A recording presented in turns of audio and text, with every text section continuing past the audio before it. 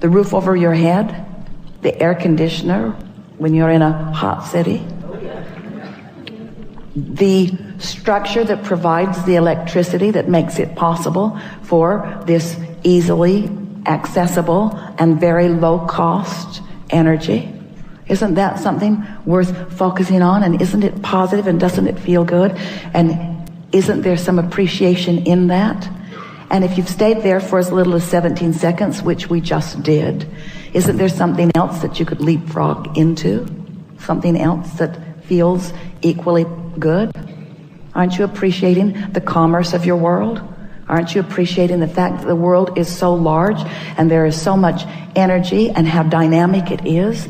Don't you love the economy of your world? Don't you love the standard of living that you have access to? Isn't it nice? Don't you appreciate the way you get around? Have you looked at the vehicles that you drive?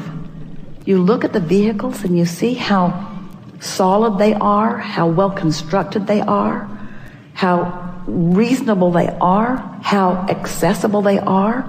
I understand that I'm not the only one who put desire in my vortex. There are hundreds of thousands and millions and billions of people who have put desire in their vortex that I am helping as I find and own this vibrational place of allowing source energy to do what source energy knows how to do. I'm in the right place at the right time, doing the right thing, and I'm loving my exposure to this life. If you would decide today that nothing is more important than that you feel good, and you would set forth a mantra that says, not, I'm going to find the best feeling thought I've ever thought and hold it. That's not possible. But as I'm moving through my day, I'm going to reach for the best feeling thoughts I can find as I move along. That mantra, if you really mean it, will take you into bliss on subject after subject after subject. And we want to say to you that we can feel even as we feel you collectively, and especially as we feel you individually. You are so close to such incredible manifestations